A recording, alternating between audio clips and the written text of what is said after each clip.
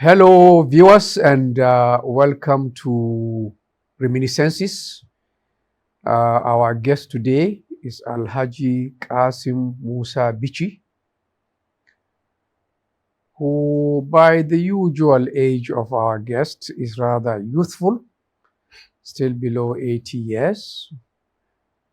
But he has been in public life since 1980, when he was the first substantive Director of Budget in Kano State, and later Special Advisor twice, Commissioner of Finance in 1981 in the Abubakar Rimi government, and he also served as the Managing Director of Northern Nigeria Investments Limited, which is a Kaduna and NDC subsidiary, and finally as the Managing Director of Federal Mortgage Bank, from where he fully retired in 2007.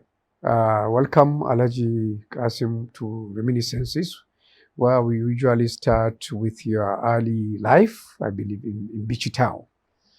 Thank you very much, Alhaji Kabir Yusuf, and thank you very much for coming to my house to conduct this interview. And first, let me thank the Almighty Allah for endowing me with the two qualifications that make you, come to my house for this interview. The first is the age. You are minimum of 75 years, and Alhamdulillah, only a month ago, I passed the 76th, birthday of my life. And secondly, for what it takes for your company to conduct this kind of interview, or persons who might have, in your estimation, done something that you feel can be communicated to the general public. I thank God for that. And I thank you for inviting me. As you say, my early life, I was born in Bichi in 1949. My father was a traditional Malam, especially in the book of Dalail Khairat, and he was also a businessman. And I did my primary school there in Bichi. From there, I went to Budnok Secondary School. After 5 years, I came to Kano here and joined the Rumfa College in the high school certificate HSC class. And after successfully passing the examination for entry into university, I joined Ahmad Bello University of Zaria in the economics department in 1970 and graduated in 1973. Okay, before we go to your later educational, let's still stay in Bichi. Okay. I noticed that you, not only your father, very striking, your mother was also a kind of businesswoman. And indeed, you combined your schooling with being a hawker of the goods she was producing. That's correct. Yes. Well, at that time, about 70 years or so ago, most households in Hausaland, if they can, the women, that is, the wives who are in Pada, in seclusion, if they have children, they normally engage in small businesses inside the house. Like in the case of my mother, she was cooking food, especially rice, which I was hawking, and other things like snacks that she learned here in Kano, because we have relations in Kano. Before she got married to my father, she had learned those trades, like making alkaki, al-kubus and things like that. These are local delicacies. Local delicacies. Yes. And so I was selling them. So you are hawking and you are going to school also. How easy was that to combine the two? Very easy, because before I started formal Western schooling, I was going to Islamic, although at that time we call it Quran school rather than Islamia or Islamic school, in the morning. I mean, and so after the Islamia, which is around 10, then when the food is ready, for the afternoon, lunch, that is when the hawking starts up to the Asr evening prayer time, or after 4 afternoon prayer time, after which I go back to the Quranic school. And when I joined elementary school, which means in the morning, there was no way of hawking anything. But after school, I still go to do the hawking. But the Islamic or Quranic school also suffered because of that. Yeah. So that is only for the first 12 or so years. Once in secondary school, that is the end of the matter. Your mother in general, I mean, she's a remarkable woman. I noticed from your biography, she continued in business. And indeed, unusually was even helping you when you retired from work. That is true. So what is the impact on her? I want you to talk a little about her in your life. Well, my mother, who is still alive, 90 years old, is very industrious. And so even after, she left Bichi because unfortunately, she and my father divorced in about 1976 also. And then she came to Kano, where she has or had relatives, and ultimately, even then, she continued producing food in the Hajj camp during the pilgrimage in the Umrah periods, and going to the Hajj camp. Sometimes even with my last child, or her last female child, who is now an adult, and selling the food. That was going there.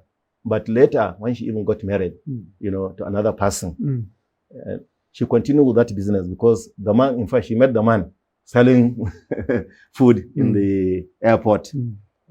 Then in the house, she started producing kind of things she was doing in Bichi, but there was no hawking by anyone, only that they were being sold in the house. And then when she ultimately, retired from marriage about 20 years ago, and I was able to build a house, here in the GRA, she started chicken poultry business, which she is doing up to this moment. Wow. So she lives in the GRA now? Oh, she lives in the GRA. I was very lucky to have got a plot, yes. Very close to the NTA that you worked with, and built a house there for her in 1999. Yeah. Yes. So in what circumstance did you go to ABU's area? Was it scholarship, Kano State scholarship, or? Yes. At that time, all of those went to university, or even the secondary schools that we attended were all scholarships by government, by Northern Nigeria first. We were even getting pocket money in secondary school. I think either every month, even though we were paying token school fees in secondary school. But those in teachers' colleges were getting stipend, so that they could be teachers. So it was scholarship that Kano State Government scholarship that I went to Zaria on. Why did you decide to study economics? Very interesting question.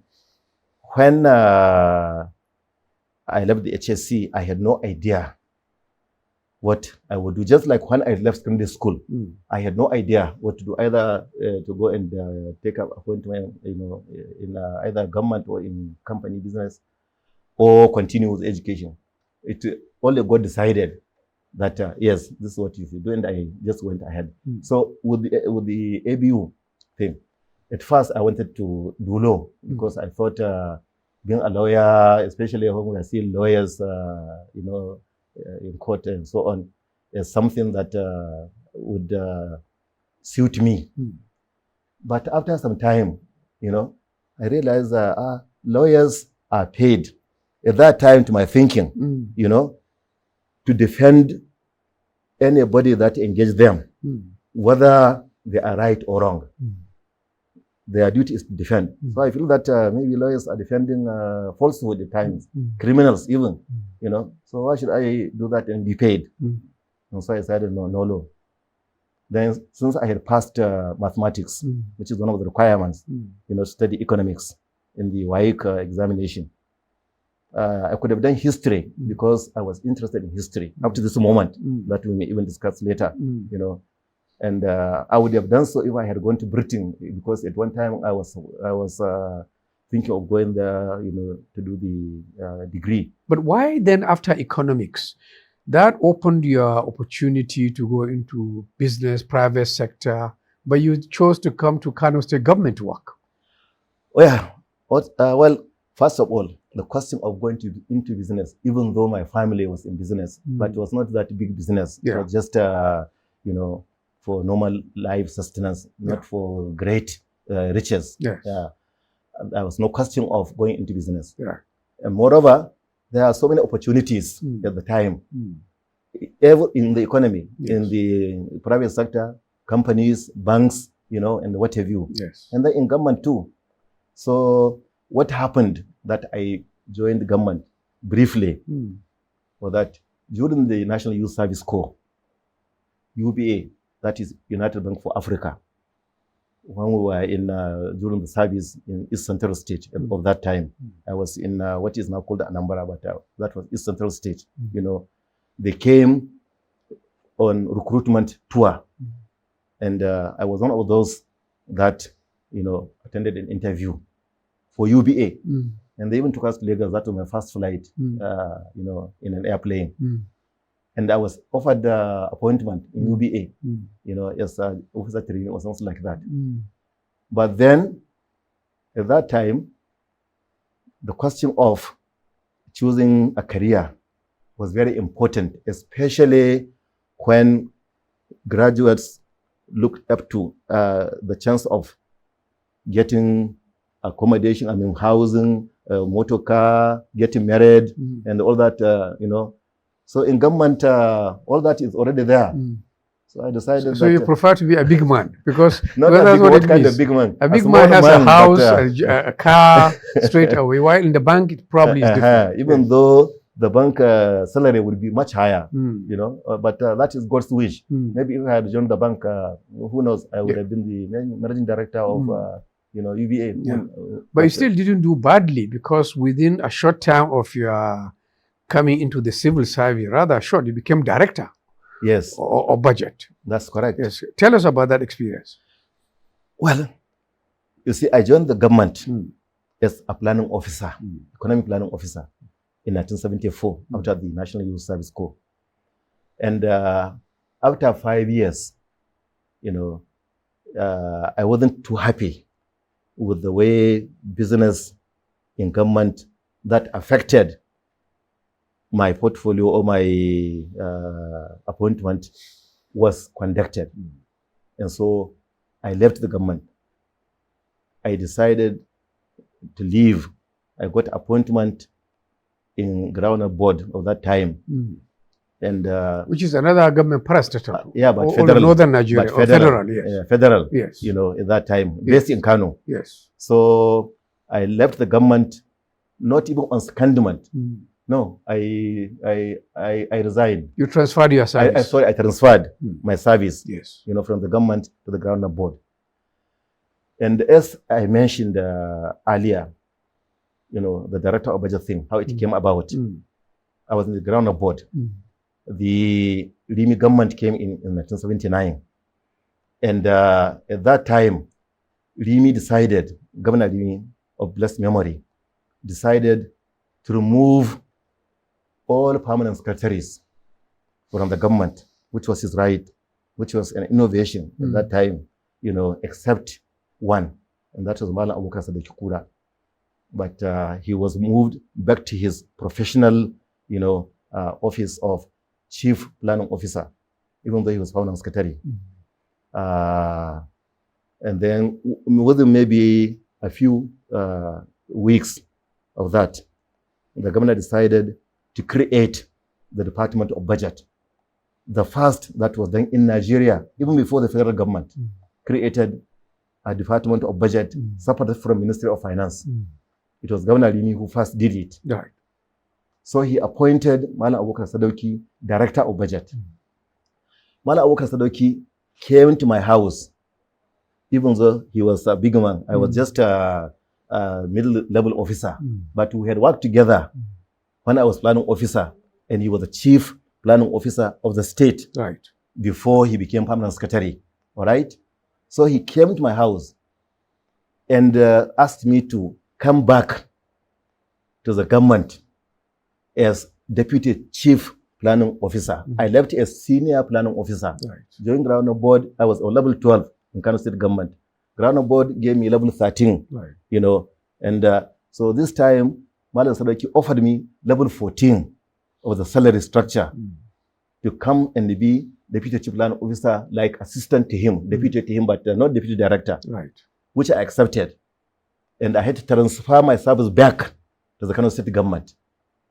7 days later, Malam Sadauki decided that he was going to leave government and join, you know, the banking system as general manager in Union Bank. And Rimi asked him to recommend 3 persons that he thought or he knew would take this job. And Malam Sadauki told the governor all he had was Kassim Musa Bichi. His deputy. Yes. Yes. So the day I was given the letter that retransferred my service back to the state government as deputy chief planning officer, I was also appointed director of budget, you know, to take the place of Malam Abubakar Sadauki. Yeah. You went on to become commissioner of finance. Yes. And Abubakar Rimi. Now, how was that experience? I mean, this is politics now. You are a civil servant, but as commissioner, I guess that's a political appointment. yes, it was. Even the director of budget, if you like, was a political appointment in the sense that, okay, yeah, it was in the civil service. I became, after 6 months, Rimi made me special advisor on budgetary matters, which is the same office, but now with a higher salary and a bigger name, Right. as, which is political, Right. a political appointment. Right. So I still held my position as director of budget in terms of the civil service. Right. If I were to retire, that will be the basis, you know, of calculating benefits and so on, not the advisor position. Right. Then when the commissioner of finance at that time, late Alhaji Abdul left the government and joined NNDC, you know, as managing director and the chief executive, you know, having worked with Governor Rimi for 1.5 years. And what is interesting, Governor Rimi and myself did not meet each other before my appointment by him as director of budget. In fact, we have never even met each other until then, you know. So he was so satisfied apparently with the way I handled the job in budget department, which I established fully. He decided that he would make me the commissioner of finance, even though it was political.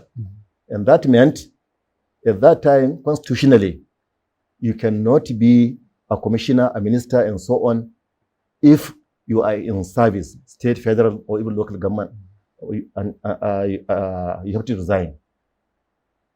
And so imagine, I had worked for about 8 years after graduation. I was at that time I was not even, you know, entitled, you know, to even gratuity if I left. You were 32. I was 32, but I was 8 years in the service. Yeah. So if I had left, if I was to leave at the time, there would be no gratuity, not talk of pension. But because it was commissioner at that age, you know, I decided to resign.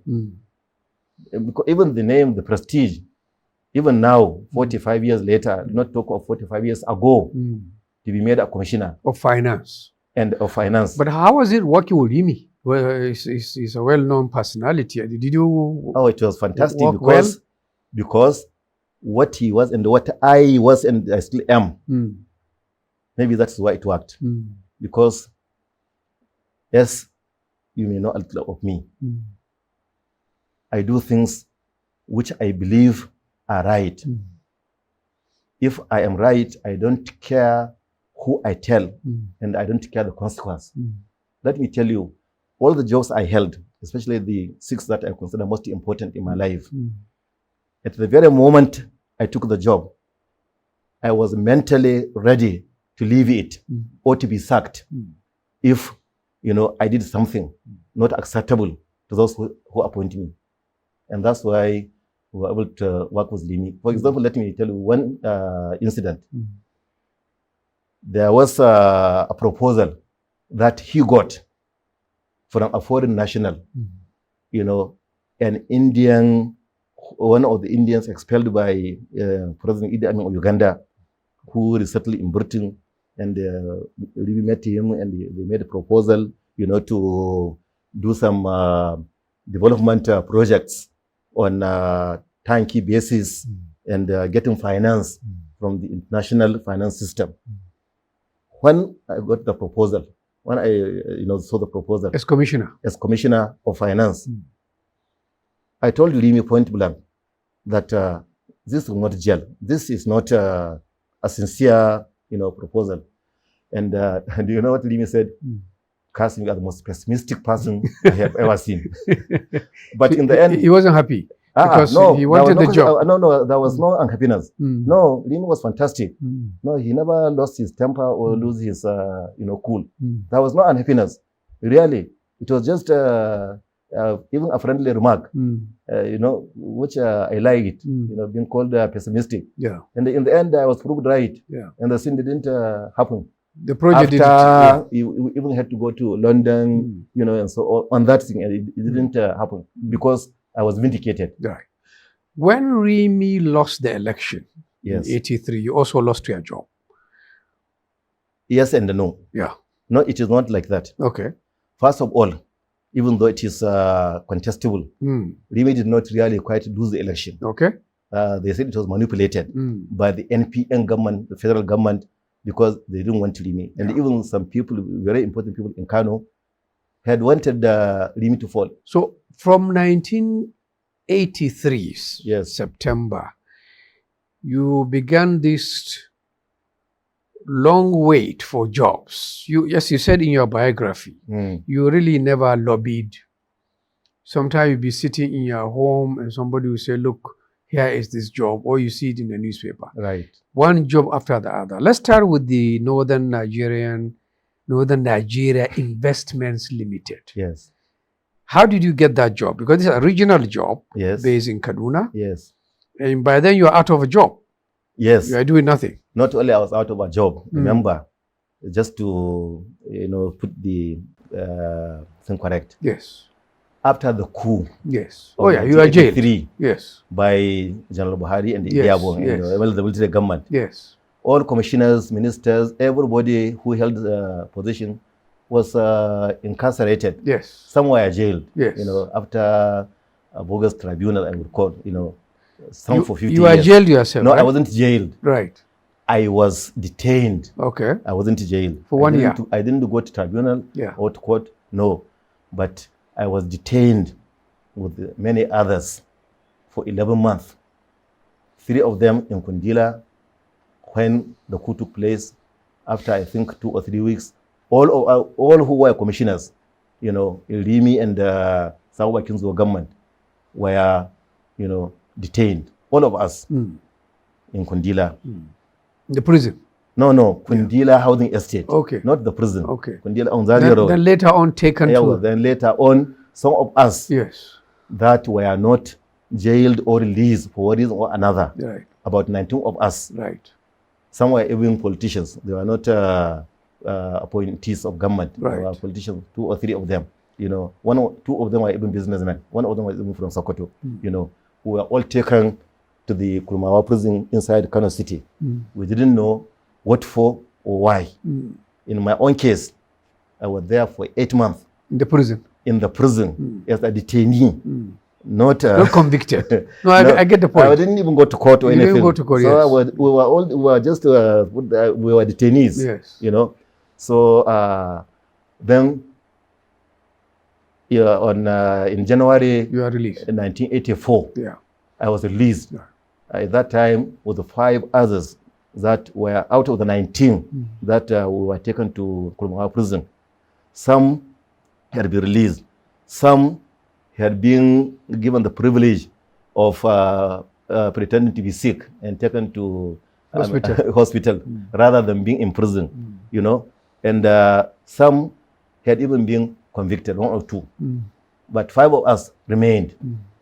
I was offered the chance to pretend to be ill. I declined it, right, because I felt that it was God which I didn't do anything wrong, believe me. You know, maybe we'll come to that. And just like Prophet Yusuf, you know, Joseph of the Bible and the Quran was in prison for no fault of his.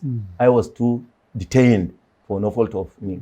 So I decided not to accept that offer, and I stayed. And so 5 of us were released. So on being released, Dr. Shamsuddin Usman, who was my classmate, former colleague also in the ministry. Well, first of all, he was my classmate in the economics department, you know, and then my colleague in the Department of Budget, and who also took over from me as Director of Budget, you know, on the instance of Governor Rimi, and who had also left the government, was in NIDB. He was offered the position of the Managing Director of NNIL, that is the Northern Nigeria Investment Limited, by Alhaji Muhammad Hayatuddin, the MD of NNDC at that time. But Shamsuddin did not take that offer. And when Malam Hayatuddin asked him to give him another name from Kano. Apparently they wanted a Kano man. I wouldn't know the exact answer. He gave my name. And so Hayatuddin said he would contact me. He did not, for a reason that I later learned. That he learned I was high-handed. I don't know the word I will use. Maybe somebody who didn't take command or something like that, you know, and so on. So he didn't quite maybe want me. So he came to Alhaji Sabon Nono, who was his colleague. They were together in NNDC and in the banking, working in NNDC, and so on. And asked him for a name, you know, that he could... From Kano, who fit that job. Yeah, exactly. And the Sabon Nono, for those who may not know, who was a minister in General Buhari's government, Minister of Agriculture, you know, Mohammed Sabon Nono. But he was my schoolmate 1 year ahead of me in secondary school. And we were in the same dormitory for 4 years together. You know, he gave him my name. Again. Again. So Malam Hayatuddin said, okay, tell Alhaji Bichi whenever he came to Kaduna, he could come and see me. Get that? Whenever. So he wasn't quite inviting me. Maybe because of, you know, the views he had of me. But he didn't say no. So I went to Kaduna on my own. You eventually got the job anyway. Eventually I got the job. That's how I got the job. Yes. How was it? How was it? How was it? I mean, Northern Nigeria Investments Limited. This is the company. Yes. What comes to me is that all those investments of Northern Nigeria are gone. Gone. Now. Yes. Not then. Not then, I know. But you know, since you held that job, yes, I want you to explain how come NNDC itself now is a shadow of its former self. How come with all these high-powered executives, you mentioned some names, Hayatuddin, yourself, others, somehow the legacy didn't remain? I mean, with hindsight, what do you say? I know your tenure. You have defended your tenure, how you actually turned around the place and all that. I've seen that. But from my point of view today, I say, why have we lost all those investments? No, we didn't lose all those investments, even up to today. Two things happened. First, those investments belong to the NNDC and also belong to the 19 northern states. But under the canopy, you know, of an investment company which operated, you know, in the commercial space or sector. But with time, the need for joint ownership, even under NNDC, did not quite arise because they had outlived their usefulness as such, you know, as development. Even though they were commercially done, but they were developmental based in the real sense. So, and then there was privatization. And that, wind of privatization affected them. So that's how, with time, the NNIL withdrew from some of them. And for example, one of the major ones, Bank of the North, was liquidated by the banking system. So you would say that really NNDC is still relevant to the northern economy as it is from your own experience? I have a problem with that. NNDC ought to have been, but somehow it is not, because maybe it is not getting the full support it ought to get from its owners, the 19 northern states, because each of them, has its own investment company. Each of them. Yes. So they do not give enough financial support to NNDC to become, a real conglomerate that can really address problems of commerce, business, and the industry that are still facing the North. But it's still relevant. So when you left the NNIL job, yes, again, you were back to the job market. Yes. Looking out of choice. Yes. Okay. You left. I left on my own after 8 years. Yes. I had nothing more to achieve, and okay. I was. But why leave when you don't have another job? It was simple. I thought I had enough capital from the resources that I was able to, gather in the 8 years. Yes. Because I was director of about 15 companies. Yes. Some even for all of the 8 years. Yes. Out of the over 30 or 40 companies under NNIL. Right. As the MD, I was director of about 15, but not at the same time. Right. Sometime maybe they were 10, so on. So I was, I had the opportunity, right, legitimate right, opportunity, to get something out of them, right, and also the severance compensation that I was given, even though it was meager. Right. If you talk of today, but even then it was meager because I think it was 40,000. But I thought I had sufficient capital to start your business, to start something. Yes. In business, because I was bored. Yes. In NNIL. Yes. So what happened with your attempt to start a private business here in Kano? You are an economist with yes. all these experiences in boards, in an investment company. Right. Yet you couldn't really make it. No, I not that I couldn't, but let's say I didn't. I don't know if I am being semantic. Okay. I cannot play with you. I didn't because maybe I miscalculated. I did not have enough capital as things turned out.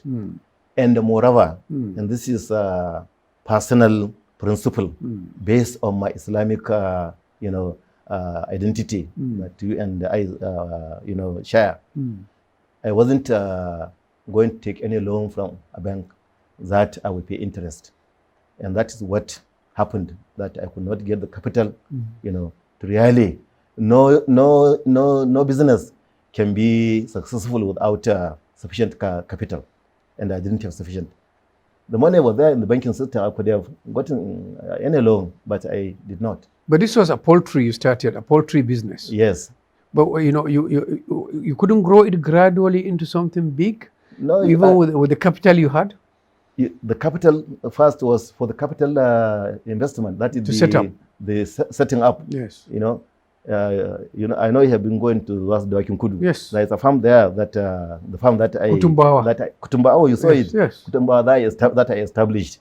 Everything there was a lot of money, so that is why all the money went. And I started with at one time I had 10,000 birds on the ground, not even in cages. 10,000 birds, but the recurrent, was the problem, and that's how in the end I could not continue, and I closed it, and ultimately I sold it off. So you are lucky that some former colleagues who have worked with you remembered you and suggested you for MD of Federal Mortgage Bank. Yes. I think that kind of rescued you from unemployment, isn't it?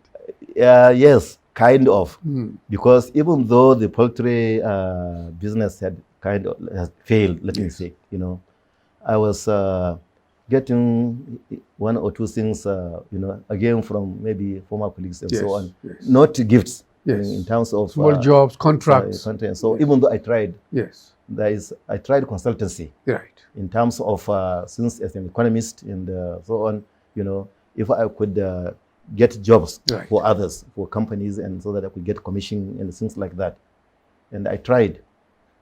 You know, but why I tried. I made submissions to 5 states, including my own Kano here.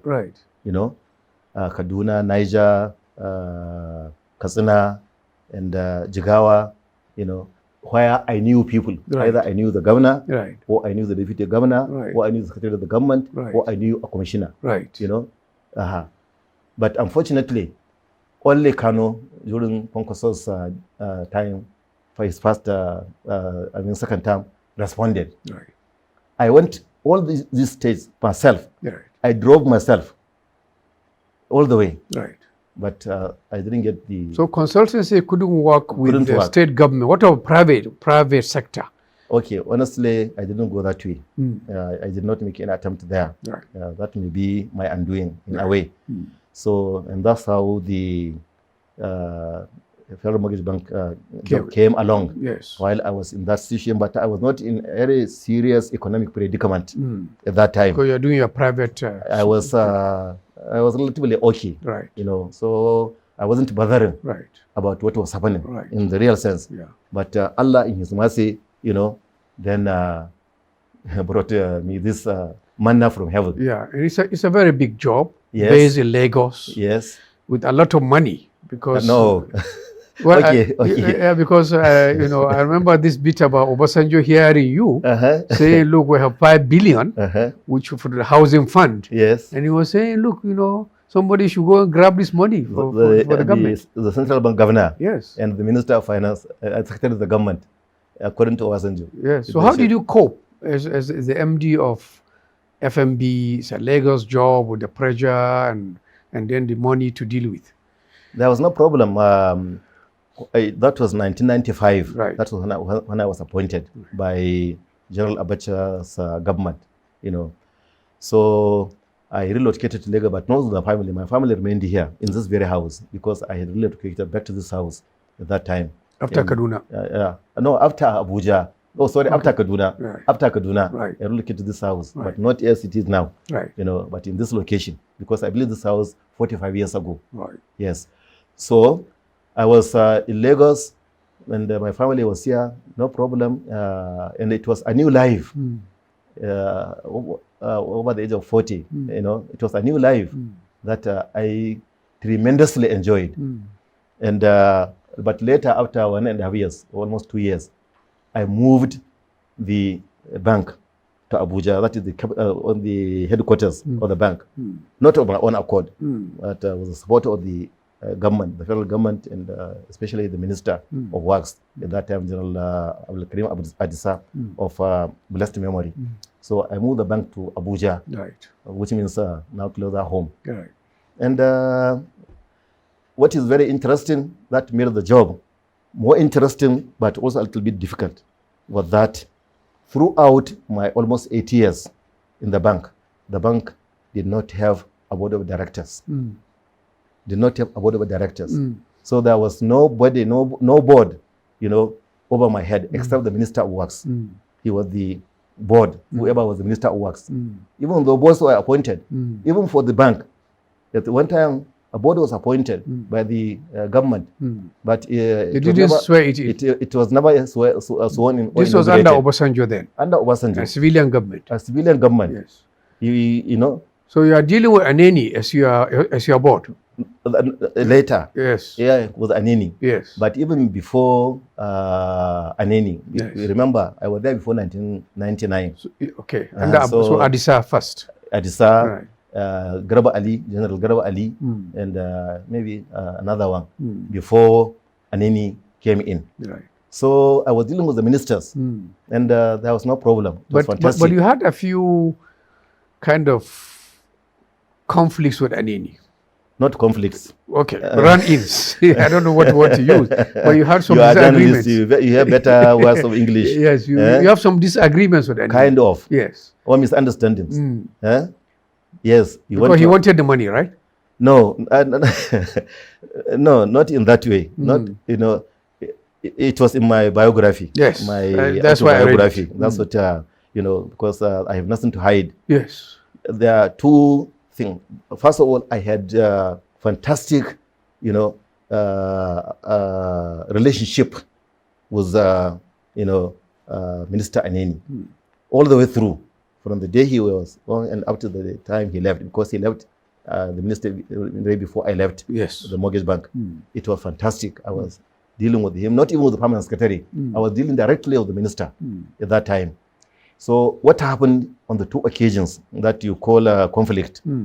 The first was that he wanted the bank to give a loan to Edo State.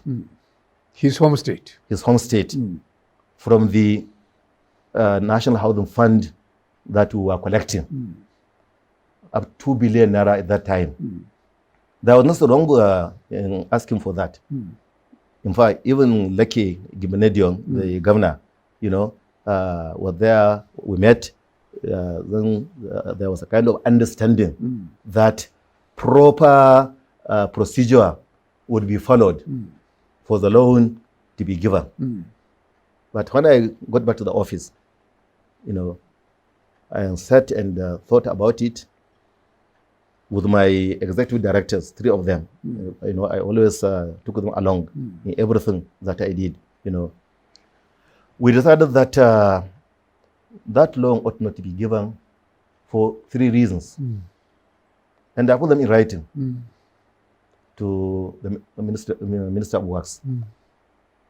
First, Edo State at that time, I don't know about now, was not its staff were not contributing to the National Housing Fund, which had accreted to the big amount that now they wanted a portion of it as a loan. They were not contributing. Their staff were not contributing because the government, maybe because of labor, you know, problem and so on, you know, so they were not contributing. So why should you now ask me to give you a loan when you are not contributing from the fund?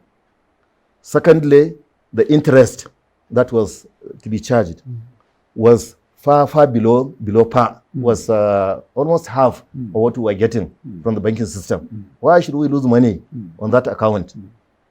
And then thirdly, if the loan was given, what stopped the other 35 states, you know, from asking for the loan? So I wrote that, and the minister was not happy. But that, in the end, you know what?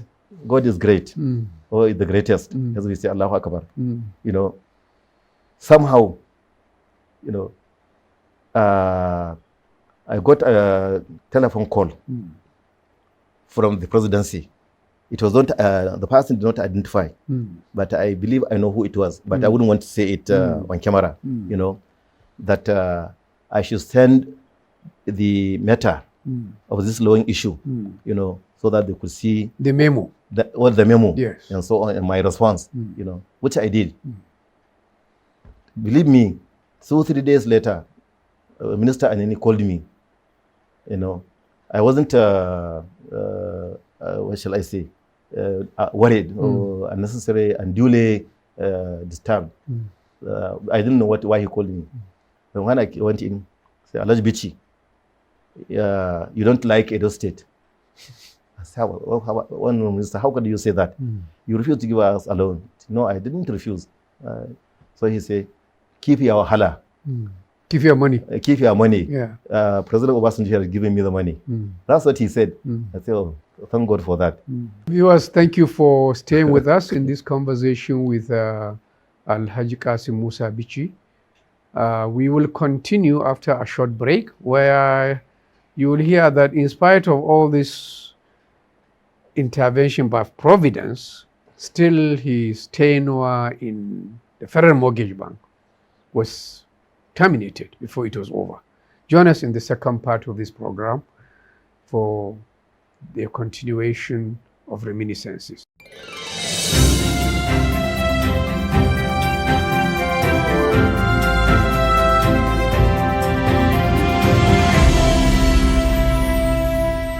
Welcome back to the second segment of our conversation with Alhaji Kassim Musa Bichi, whose last job in the public realm was the managing director of Federal Mortgage Bank. We stopped where you were managing director of Federal Mortgage Bank. Yeah. Your tenure was supposed to continue, I believe, up to 2025. Yes, it should be for 10, For, 5 years, second renewal term. for a second But 5 then years. you were abruptly, indeed, I learned that you heard about your NTA, that you have been, Yes, somebody has that been appointed. that You is didn't correct. say you are removed. Yes, Somebody else has been appointed as managing director to Correct. replace you. yes. How did you react to all that? I was surprised, but not bothered, because I didn't hear it directly from the television screen. Yourself. But I was watching the 9 o'clock news. Right. I went to the toilet. Before I came out, That the particular announcement was made. So a friend, called me and said, "Do you hear the news?" I said, "What news?" "That you have been removed." I said, "No." Say, "Well, you have been removed." I said, "Thank God." So there and then, I performed ablution, performed 2 rakats of prayer, and thank God, because it was God, Allah, who gave me the job. Yeah. I didn't ask for it about 8 years earlier. And now God has decided to take it away. So I thanked him. Why do you think you were removed? I wouldn't know, but this is what happened in brief.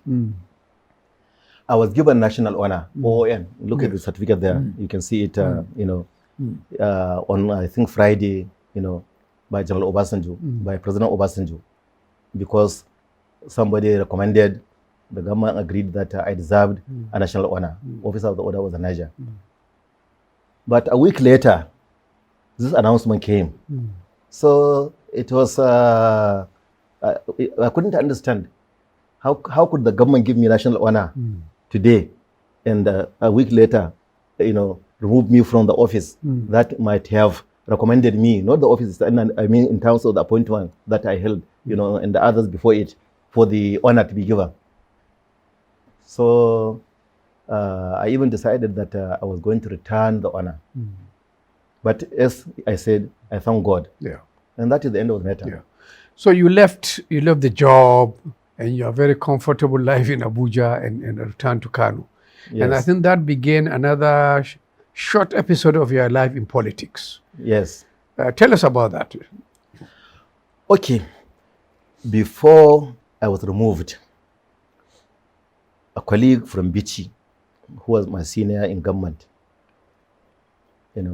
came to me in the bank and said people had desire or wanted our people, as you say, our people, wanted me to contest election. Said, no, I am not interested in politics.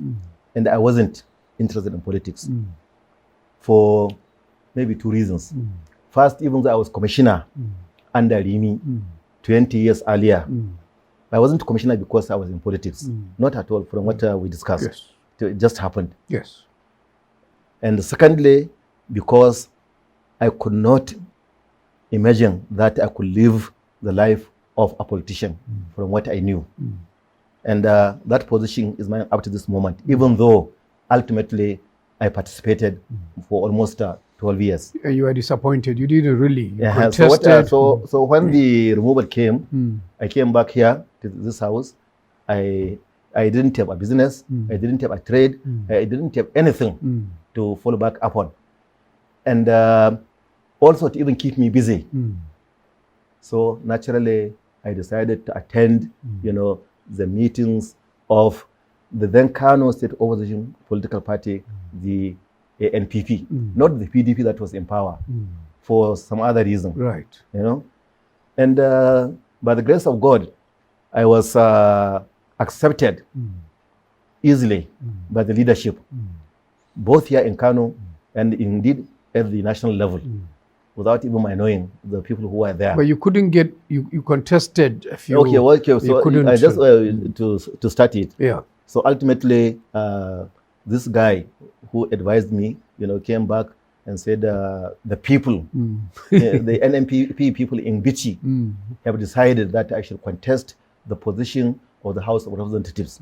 And what is interesting was that Bichi constituency was the only constituency in Kano State outside Bichi local government, that is outside Kano metropolitan local government 8. All the others, have 2 local governments for one person to represent.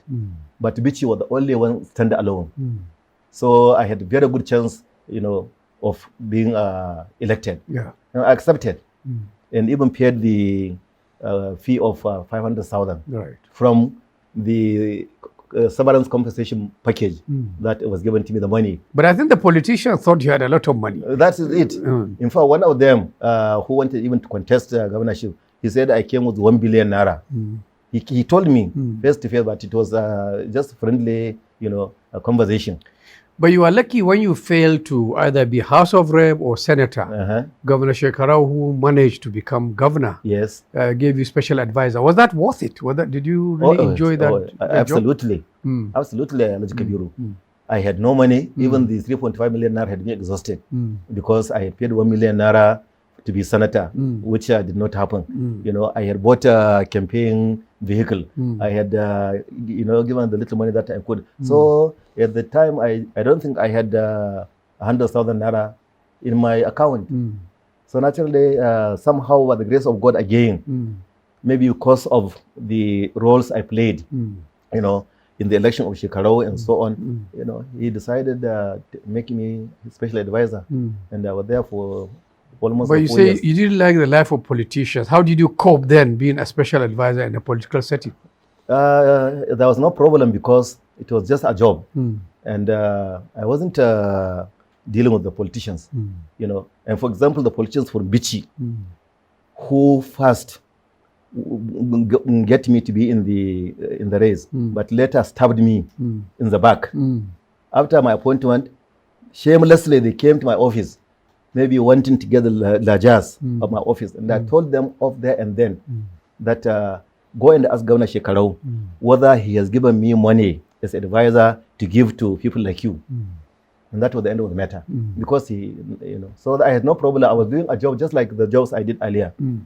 One striking thing about you from the biography is how after holding this 6 or so high-profile appointments, yes, you are still not able to. I mean, you had financial difficulties, as you made clear in biography. That's right. Yes, people will be surprised. Of course. After all, Commissioner Finance 40 years ago. Yes, 45 years. 45 years. Federal Mortgage Bank MD, NNIL MD. Yes. How come you really didn't maybe make enough investments or whatever, salt away some things to cope? Well, with the fear of being misunderstood or not, believed, I never took a kobo that was not earned. When I was Commissioner of Finance, I wasn't given contracts. I wasn't doing anything. I was only making payment. So, and I never asked anybody to give me, believe me, Allah knows. I never asked anybody or even showed by body gesture that I have to be paid, because that's what was happening. And I could have done it. Of course, I got something, voluntarily and so on. And then in the mortgage bank, there was no money. There was only this money on deposit. There was no money that I could have been getting other than my entitlements, And so, and I wasn't going after anything. I was in the federal government for 8 years. I could have been maybe even my Ministry of Works to get a contract or to be getting contracts, but I was only doing the job. And I wasn't engaging in any business outside, the appointment that I was being paid to do. All the 6 appointments. That's why I didn't have much of material, financial or otherwise, Believe me, Alhaji Kabiru, and all those who are listening or seeing us, apart from this house, that I am, I don't have a single property anywhere in the world, anywhere, and I challenge anyone who thinks I'm lying. So it means you left these high-profile government jobs, and you are not really doing very well financially. No, I'm not, but it doesn't matter. I am not complaining because God has given me two things that are ameliorating my situation. First, my children. I have 9 children, all adults, all university graduates, 5 boys and 4 girls, all gainfully employed. And some of them in really good financial position. And they're all contributing so they are contributing to the upkeep of the house. I have to also say, our mother had 9 children. Only 3 of us are alive today. Myself, the first, a girl, and the last, a boy, who I brought up like my own son, because, between us about 20 years. But God has made him even bigger than me right now. So the boy you brought up? Is, the one I brought up. Is one of the, for example, only 7 years ago, he brought me a car that when we go out, I will show you, worth 9 million naira. He brought me and took away the old one that I had, which he had given to me earlier, 5 years ago. So that is the first blessing from Allah, that these are taking care of about maybe 50% of the upkeep of this house. Secondly, I have goodwill, great goodwill. Today, if I want 1 million naira, believe me, all I need to is to make phone calls and I will get it. Only 2 months ago, one of my benefactors that I mentioned in my book sent me 2 million naira. Just like that. Without asking? Without asking. So, the third, of course, I say 2. The third, of course, since I left the advisor position in 2007, I have been engaged, maybe in presenting papers, even though what comes from there is very small, but at least I had a few engagements, where I get something, but not much to talk about. So I am comfortable, relatively so, but not completely so. And sometimes things happen that require financial, whatever, so at times I have to ask for assistance. But otherwise, normal. Alhamdulillah, I am not complaining. What of your wives? Do they work also? Are they in business? No, my first wife was the one I've been married for almost now 50 years. Just next year, April, God willing, if we are alive, will be 50 years of marriage. And she is from Kabir, not from Kano. My second wife is from Katsina, and we have been married 35 or so years. So my first wife does not work, but she engages in catering services, including teaching. She used to hold a school here, not a formal school, but she has a place where when she gets clients, especially girls that are getting married. Normally their parents bring them. Sometimes she may have 10, 20, and get good money teaching them for 2-3 weeks, different kinds of cuisines. And she also does orders, so catering services, because she did some schooling in catering homeware in Abuja at the Women's Center. My second wife, who has a diploma, from Polytechnic, is into producing spices, teas, things like that in the house, and sometimes selling them, especially now with the internet, all over the north, including Lagos. So that's what they do right now. One thing also is you are writing. Yes. You have written maybe 10 books. 10 books. Do you do this just out of pleasure, or also does this bring you some income? Okay, for 3 reasons, but the most important, why I even started, was boredom, because I wasn't doing anything. I wasn't involved, and I'm still not involved physically in anything that will keep me busy up to this moment. Yeah. So the idea, of writing is not new, because even when I was in secondary school, I was like a reporter. I used to follow teams and report to our local school newspaper. And when I was in the HSC here in Kano, I even had a column in the school newspaper like Candido, which I call the Inquisitor. That is, getting to people and so on within the school. Right. So I had interest in writing. Right. Therefore, I decided to start writing using my laptop, since I know how to use the computer, though not very well, but at least I could, So that's why I started, this writing affair up to this moment. Do the books sell? There are novels and there are other kind of... Okay, the first set of books, which were 5, although the first set really were just for our school. I wrote about our classmates who left Bruno Secondary School in 67. So when we were 50 years old. So naturally I wrote something about all of us, both dead and living at that time. So that's the just historian in a you. small pamphlet. Yes. Just 1 page for each person or something like that. That's what I did, but only for the celebration. Right. Distributed, not for sale, freely. So it is with my own biography in 2021. And even that, the purpose is, apart from the boredom, is that I want the legacy of my life, especially for my children, for my progeny, not for anybody else, but for my progeny, to have it, to know who their ancestor is. Those current and those who will come in the next many years. Yeah. Then I thought about the Bichi affair, 200 person, so it's not first is the boredom, so that I was engaged. Yeah. Second, it's not the money, because it's not on sale. Right. I only launched these 5 books, and I got some good money by the grace of God. Yeah. And now I am writing 3 more that I hope to be able to launch. Right.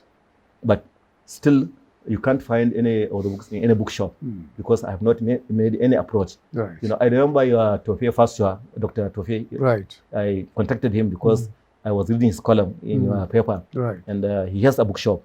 But up to now, and now he is in the government anyway. Yeah. You know that. Yeah.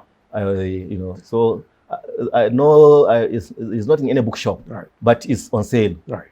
Let me ask you your view on the economy, both of Kano and of Nigeria. What's your sense of where we're going? Very difficult question, because the Nigerian economy defies characterization, simply because of the characters that have been running it. We are sometimes not running a true economy. Do you have hope that we're really making progress? Not really, because there is the political aspect. The political determines the economic, unfortunately. Sometimes it is the other way around. But in Nigeria, that is the situation. So unless the political changes for the benefit of the economy, rather than individuals or groups of individuals, I don't have much hope. What should change politically? For the leadership to take decisions that are only or mainly, if not only, in the interest of the economy. That's not what is happening today. For example, the removal of subsidy, in principle and in theory, is okay. As an economist, I have no problem with it. But in reality, it is not. Because see what it has generated is there for everyone to see. Who is benefiting? Only a few. The corporate, sector that is involved with that business, but not the people, not even the economy, because the cost of doing everything has gone through the roof.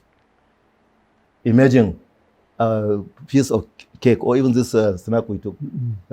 That was maybe 1 kobo. Now is 1 naira, 100 times more. That doesn't make sense. Yeah. How do you spend your average day? Simple. After waking in the morning, after the early morning prayer, I read the Quran.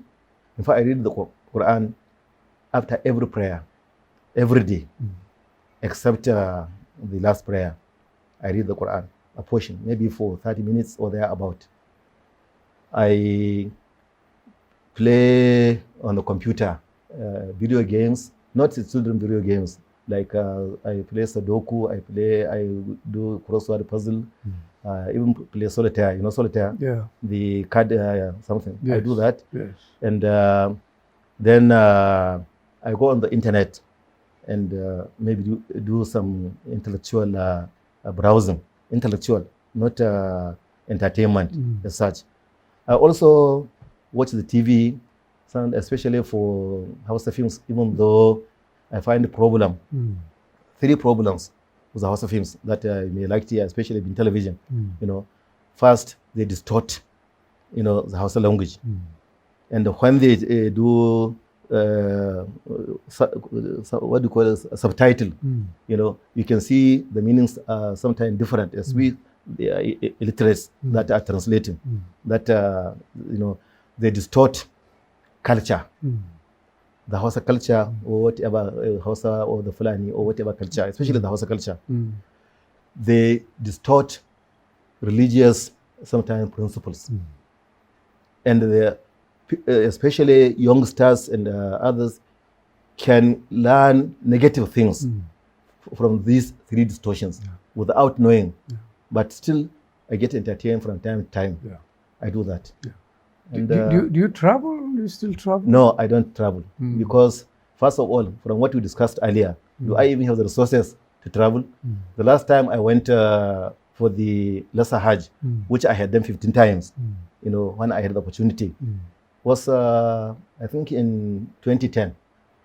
And the last time I even boarded a plane until when I had to go to Abuja, for some personal reason, was more than 10 years ago, because I had no need to go anywhere. Let me tell you, because he asked this, a very good friend of mine, a general, he asked me even to come to Abuja. He would even sponsor everything. There is a house there for me, But I told him that I am better off in this my house than in going to Abuja or even going to Saudi Arabia or going to London.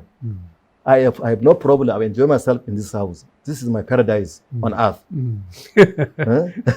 So I have not traveled anywhere, except if I have to go to Bichi, and otherwise, no.